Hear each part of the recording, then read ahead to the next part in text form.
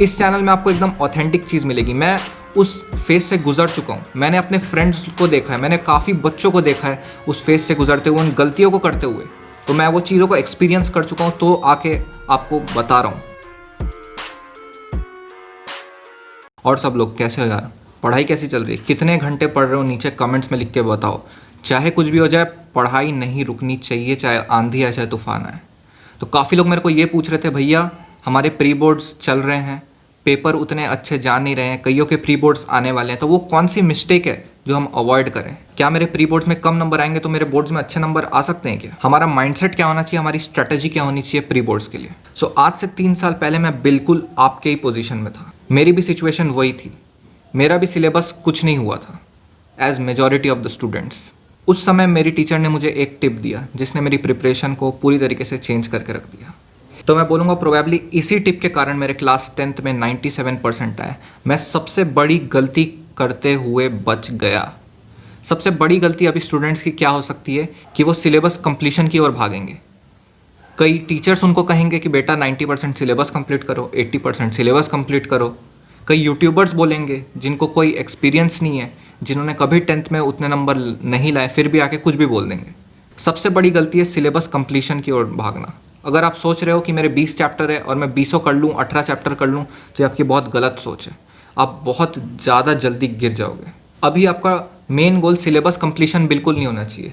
आपका गोल होना चाहिए कि अगर मैं एक चैप्टर को पढ़ रहा हूँ तो मैं इस टाइप से पढूं कि मेरा पूरा बोर्ड के लिए वो प्रिपेयर हो जाए, मुझे दोबारा उसको बोर्ड के लिए हाथ लगाने की ज़रूरत ना हो। बस मैं पेज पलटूं और मेरे को सारी चीज़ें रिकॉल होती जाए और मेरा पूरा चैप्टर डन हो जाए, मुझे दोबारा से उसमें वापस से घुस के ज़ीरो से, स्क्रैच से शुरू ना करना पड़े।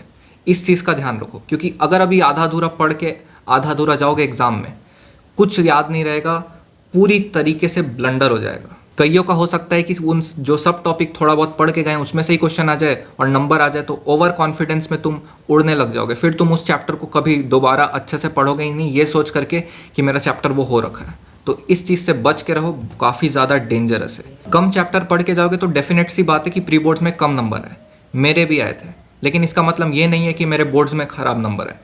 ये स्ट्रैटेजी लॉन्ग टर्म है, शॉर्ट टर्म में मत सोचो, लॉन्ग टर्म सोचो। हमारा टारगेट बोर्ड्स है, ना कि प्री बोर्ड्स। तो इसलिए अगर अभी इस स्ट्रैटेजी के साथ आगे बढ़ोगे, इस मिस्टेक को कमिट नहीं करोगे, तो बोर्ड्स के लिए काफ़ी ज़्यादा फायदा होने वाला है। अल्टीमेट जो आपका गोल है वहाँ आपको काफ़ी अच्छे नंबर आने वाले हैं। यहाँ कितने भी कम नंबर आए, आपको उससे निराश होने की ज़रूरत नहीं। मेरे बोर्ड एग्जाम में तो आए थे 97%, लेकिन मेरे प्री बोर्ड में शायद ही 80% भी आए थे कि नहीं, मुझे ढंग से याद नहीं है। एक चीज़ का ध्यान रखना कि अगर मैं 5 चैप्टर पढ़ के जा रहा हूँ ना, तो इन 5 चैप्टर के मेरे को सारे क्वेश्चंस बनने चाहिए, उसमें कोई कॉम्प्रोमाइज़ नहीं होना चाहिए।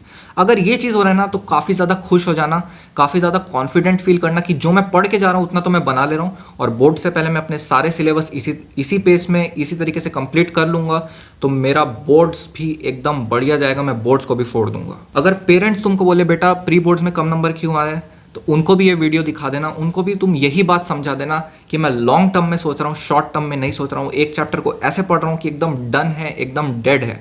ये प्री बोर्ड्स का ही समय है जब आप अपने सारे गलतियों को एनालाइज करो। जितनी ज़्यादा गलतियाँ हो सकती है उतनी ज़्यादा गलतियाँ करो। मैं तो बोलता हूँ जितनी ज़्यादा गलतियाँ करोगे उतनी ज़्यादा सीखोगे।